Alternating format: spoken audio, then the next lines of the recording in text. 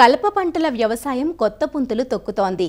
భూముల విలువ పెరగటం, కూలీల లభ్యత తగ్గటం, నీటి వస్తువులు తగ్గిపోవటం వంటి సమస్యలతో సాంప్రదాయ పంటల వ్యవసాయం కొట్టుమిట్టాడుతున్న ప్రస్తుత నేపథ్యంలో రైతులు సమస్యలు, సవాళ్లు తక్కువగా ఉండే దీర్ఘకాలిక పంటల వైపు దృష్టి సారిస్తున్నారు. వీటిని ప్రారంభించేందుకు ప్రాథమిక పెట్టుబడి ఎక్కువైనా ఆనక నిర్వహణ వ్యయం అంతగా లేకపోవటం, రిస్క్ లేకుండా నిశ్చింతగా ఉండవచ్చుననే ఉద్దేశంతో టేకు, శ్రీగంధం, మహాగని వంటి మార్కెట్ గిరాకీ అధికంగా ఉండే కలప పంటలకు మొగ్గు చూపుతున్నారు. అయితే ఈ మధ్యన కేంద్ర రాష్ట్ర ప్రభుత్వాలు నేషనల్ బ్యాంబో మిషన్ పేరిట వెదురు సాగును ప్రోత్సహిస్తుండటంతో రైతులు ఈ పంట వైపు దృష్టి సారిస్తున్నారు.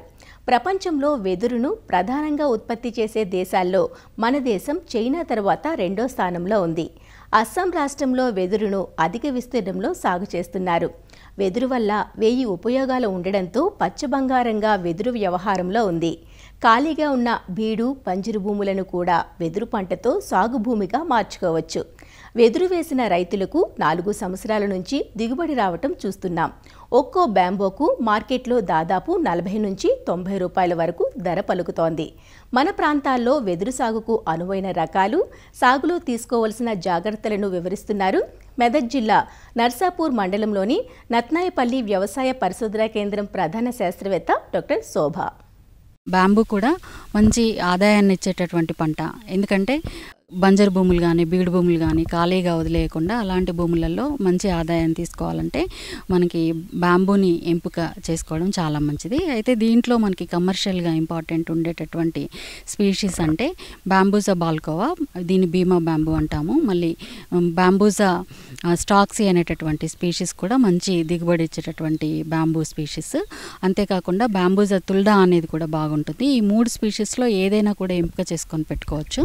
మరి మంచి దిగుబడి రావాలి అంటే బాంబూకి ముఖ్యంగా పొలం తయారీ చాలా ముఖ్యమే ఉంటుంది. దీనికి గాను ముఖ్యంగా బాంబూ ఎక్కడైతే మనం పెడుతున్నామో 3 మీటర్లు మొక్కలకి మధ్య అంతరంతో బాంబూ పెట్టుకోవాల్సి ఉంటుంది. ఈ పాదులను తీయడం అనేది చాలా ముఖ్యమైనటువంటి ప్రక్రియ. ప్రతి మొక్కకి గుంతలు తీయడానికి 1 మీటర్ లోతు, 1 మీటర్ పొడవు, 1 మీటర్ వెడల్పుతో గుంతలు తీసుకొని వాటిలో లిటర్ మెటీరియల్ అంటే గ్రీన్ లీఫ్ మెటీరియల్ నింపుకొని ఉన్నాము. అంతేకాకుండా ఒక్కొక్క గుంతకి కనీసం 4 నుంచి 5 తట్టల వరకు పేడ వేసుకోవాల్సి ఉంటుంది.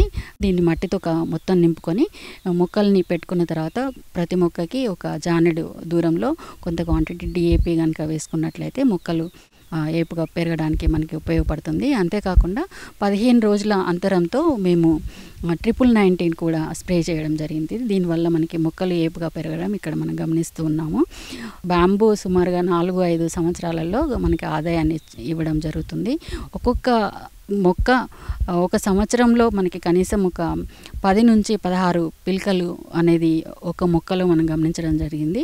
పిలకల బేసిస్లో అంటే కర్రల బేసిస్లో కూడా అమ్ముకోవచ్చు. అంటే ఒక్కొక్క కర్రకి 40 నుంచి 90 రూపాయల వరకు కూడా పలుకుతుంది. అదే టన్ను బేసిస్ కూడా అమ్ముకోవచ్చు. 2000 నుంచి 2500 ఒక టన్నుకి మనం ఆదాయం తీసుకోవడానికి ఆస్కారం ఉంటుంది.